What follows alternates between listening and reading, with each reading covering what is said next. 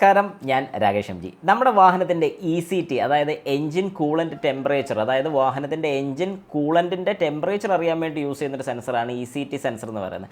ഈ ഒരു സെൻസറിന് കംപ്ലയിൻ്റ് ഉണ്ടെന്നുണ്ടെങ്കിൽ, അല്ലെങ്കിൽ ഇങ്ങനൊരു പ്രശ്നം വന്നാൽ വാഹനത്തിൻ്റെ മൈലേജ് കുറയുമോ? ഇങ്ങനൊരു സംശയം എൻ്റെ ഒരു സബ്സ്ക്രൈബർ ചോദിച്ചിട്ടുണ്ടായിരുന്നു. ചോദിച്ചിരിക്കുന്നത് നിസാം അഷ്റഫ് ആണ് ചോദിച്ചിരിക്കുന്നത്. ചോദ്യം ഇങ്ങനെയാണ്: ബ്രോ, ECT സെൻസർ കംപ്ലയിൻ്റ് ആയാൽ മൈലേജ് കുറയുമോ? ECT സെൻസർ കംപ്ലയിൻ്റ് ആയാൽ കാണിക്കുന്ന സിംറ്റംസ് ഒരു വീഡിയോ ചെയ്യാമോ? ഷുവർ ആയിട്ടും. ശരിക്കും പറഞ്ഞാൽ എന്താണ് ECT സെൻസർ എന്ന് ചോദിച്ചു കഴിഞ്ഞാൽ എൻജിൻ കൂളൻ്റ് ടെമ്പറേച്ചർ സെൻസർ, അതായത് എൻജിൻ്റെ കൂളൻ്റ് ടെമ്പറേച്ചർ അറിയാൻ വേണ്ടിയുള്ള സെൻസർ. ഈ ഒരു സെൻസർ കംപ്ലയിൻ്റ് ആയാൽ എന്തൊക്കെയാണ് സിംറ്റംസ് കാണിക്കുന്നത്? വളരെ സിമ്പിളായിട്ട് ഞാൻ പറഞ്ഞുതരാം. നമ്മുടെ വാഹനത്തിൻ്റെ ECT സെൻസറിന് കംപ്ലയിൻറ്റ് വന്നിട്ടുണ്ടെങ്കിൽ ആദ്യം തന്നെ വാഹനത്തിൻ്റെ പെർഫോമൻസിനെ അത് ബാധിക്കുന്ന ഒരു കാര്യമാണ്. അപ്പോൾ എങ്ങനെ ഇതൊരു പെർഫോമൻസിനെ ബാധിക്കുന്നു എന്ന് ചോദിച്ചു കഴിഞ്ഞാൽ എൻജിൻ ടെമ്പറേച്ചർ, അതായത് എൻജിൻ്റെ ടെമ്പറേച്ചർ കൃത്യമായിട്ട് നമ്മുടെ വാഹനത്തിൻ്റെ ECMന് അറിയണം. കാരണം എൻജിൻ ടെമ്പറേച്ചർ അനുസരിച്ചാണ് ഫ്യൂവൽ എത്രത്തോളം കൊടുക്കണമെന്നുള്ളത് വാഹനത്തിൻ്റെ എൻജിൻ അല്ലെങ്കിൽ ECM തീരുമാനിക്കുന്നത്. അതായത് നമ്മൾ രാവിലെ വാഹനം സ്റ്റാർട്ട് ചെയ്യുമ്പോൾ പലരും ശ്രദ്ധിച്ചിട്ടുണ്ടായിരിക്കും വാഹനത്തിൻ്റെ എൻജിൻ കുറച്ച് റേസായി നിൽക്കുന്നത്. എന്തുകൊണ്ടാണ് ഇങ്ങനെ റേസായി നിൽക്കുന്നത്? ശരിക്കും പറഞ്ഞാൽ പണ്ടത്തെ കാലത്ത് ഇതുപോലെ ഓട്ടോ ചോക്ക് ഫംഗ്ഷൻ, ഇപ്പോൾ ഓട്ടോ ചോക്ക് നമ്മൾ പറഞ്ഞാൽ പോലും ചോക്കിൻ്റെ ഫംഗ്ഷൻ പണ്ട് ഉണ്ടായിരുന്നു. നമ്മൾ വാഹനത്തിൻ്റെ ഫ്യൂവൽ കുറച്ച് കൂടുതൽ കിട്ടാൻ വേണ്ടി ത്രോട്ടിൽ ബോഡി കുറച്ചുകൂടെ ഓപ്പൺ ചെയ്യുന്ന ഒരു വാൽവ് ഉണ്ട്. ആ വാൽവ് വലിച്ചു വെച്ച് കഴിയുമ്പോഴത്തേക്കും അവിടെ ഉണ്ടാകുന്നത് എന്താണെന്ന് വെച്ചാൽ വാഹനം കുറച്ച് റേസായി നിൽക്കുന്നത് നമുക്ക് കാണാൻ സാധിക്കും. ആ സെയിം ഫംഗ്ഷൻ തന്നെയാണ് ഇപ്പോൾ ഇത് ഓട്ടോമാറ്റിക്കായിട്ട് തന്നെ എൻജിൻ്റെ ടെമ്പറേച്ചർ കൃത്യമാകാൻ വേണ്ടിയിട്ടാണ് രാവിലെ വാഹനം സ്റ്റാർട്ട് ചെയ്യുമ്പോൾ കുറച്ച് കൂടുതൽ RPM നിൽക്കുന്നത്. അതേ സ്ഥാനത്ത് നമ്മുടെ ഈ വാഹനത്തിൻ്റെ ECT സെൻസറിന് കംപ്ലയിൻ്റ് ഉണ്ടെന്നുണ്ടെങ്കിൽ ECT സെൻസർ ഒരു കാരണവശാലും ഒരു കൃത്യമായിട്ടൊരു ഡാറ്റ നമ്മുടെ ECMലോട്ട് കൊടുക്കത്തില്ല. അങ്ങനെ കൃത്യമായിട്ടൊരു ഡാറ്റ കിട്ടാതെ വരുമ്പോൾ എന്താണ് അവിടെ സംഭവിക്കുന്നത്? നമ്മുടെ ECM ചിന്തിക്കുന്നത് എൻജിൻ ഇതുവരെ ചൂടായിട്ടില്ല, കൂടുതൽ ഫ്യൂവൽ കൊടുത്തുകൊണ്ടേയിരിക്കാം.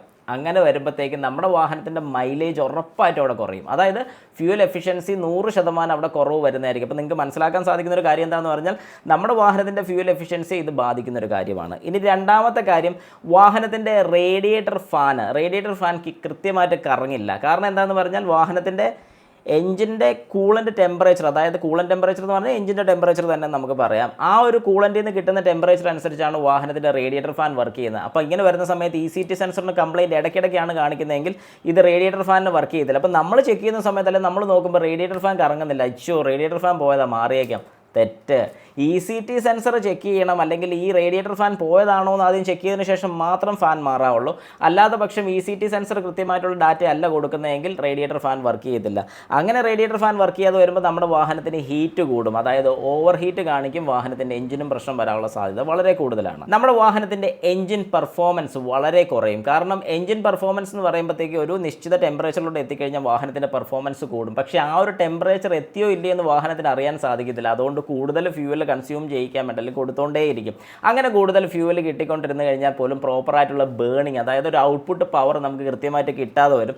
അങ്ങനെ വരുന്ന സമയത്ത് നമ്മുടെ വാഹനത്തിൻ്റെ എഞ്ചിൻ പെർഫോമൻസ് കുറയുകയാണ്. രാവിലെ സ്റ്റാർട്ട് ചെയ്യുന്ന സമയത്ത് ചെറിയൊരു ബുദ്ധിമുട്ട് കാണിക്കും. കാരണം എന്താണെന്ന് പറഞ്ഞാൽ കൂൾഡ് സ്റ്റാർട്ടിംഗ് ആയിരിക്കും. ഇതിൽ കൊടുക്കുന്ന എത്രത്തോളം ടെമ്പറേച്ചറാണ് ഈ ഒരു റീഡിങ്, അതായത് ഇറർ റീഡിംഗ് ആണ് കൊടുക്കുന്നതെങ്കിൽ, ഓവറായിട്ടുള്ള ഹീറ്റാണ് കൊടുക്കുന്നതെങ്കിൽ വാഹനം സ്റ്റാർട്ട് ചെയ്യുമ്പോൾ കുറച്ച് ഫ്യൂവലേ ചെല്ലത്തുള്ളൂ. വാഹനം സ്റ്റാർട്ട് ആവാനുള്ള ഡിലേ വരും.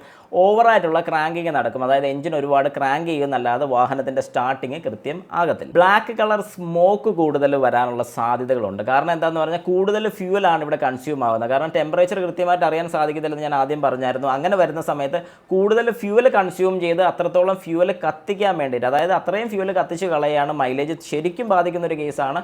അങ്ങനെ ഫ്യൂവൽ കൂടുതൽ ബേൺ ചെയ്യുന്ന സമയത്ത് ബ്ലാക്ക് സ്മോക്ക് ഉണ്ടാകുന്ന സാധ്യത കൂടുതലാണ്. അപ്പോൾ ആ ഒരു കാര്യം കൂടെ നിങ്ങൾ മനസ്സിൽ വെച്ചേക്കുക. ECT സെൻസറിന് എന്തെങ്കിലും പ്രശ്നമൊക്കെ കാണിക്കുകയാണെങ്കിൽ ഒരു വാർണിംഗ് ലൈറ്റ് കാണിക്കും. ഇൻ കേസ് വാർണിംഗ് ലൈറ്റ് കാണിച്ചില്ലെന്നുണ്ടെങ്കിൽ, വാർണിംഗ് ലൈറ്റ് കാണിക്കാത്ത സാഹചര്യം ഏതാണെന്ന് ചോദിച്ചു കഴിഞ്ഞാൽ പ്രോപ്പറായിട്ട് ഈ സെൻസർ വർക്ക് ചെയ്യുന്നുമില്ല, പക്ഷേ ഇടയ്ക്ക് വർക്ക് ചെയ്യുന്നുണ്ട്. ഈ ഒരു സാഹചര്യം വരുന്ന സമയത്ത് കൃത്യമായിട്ടുള്ള രീതിയിൽ ചിലപ്പം കാണിക്കണമെന്നില്ല. അപ്പോൾ നിങ്ങൾ മനസ്സിലാക്കേണ്ട കാര്യം എന്താണെന്ന് ചോദിച്ചു കഴിഞ്ഞാൽ എന്തെങ്കിലും രീതിക്ക് ഫ്യൂവൽ കൂടുതൽ കൺസ്യൂം ചെയ്യുന്നുണ്ടോ, അല്ലെങ്കിൽ മൈലേജ് കുറവ് കാണിക്കുന്നുണ്ടോ, അല്ലെങ്കിൽ പുള്ളിംഗ് ലെസ് കാണിക്കുന്നുണ്ടോ, അല്ലെങ്കിൽ വാഹനം ഓവർ ഹീറ്റിൻ്റെ സിംറ്റംസ് ഇടയ്ക്ക് മാത്രം കാണിക്കുന്നുണ്ടോ, ഇതെല്ലാം നമ്മുടെ ECTയുടെ പ്രശ്നം കൊണ്ട് തന്നെയാണ് വരുന്നത്. അതുകൊണ്ട് ഈ പറഞ്ഞൊരു ECT കൊണ്ടുപോയി ചെക്ക് ചെയ്ത് ക്ലിയർ ചെയ്യേണ്ട അത്യാവശ്യമാണ്.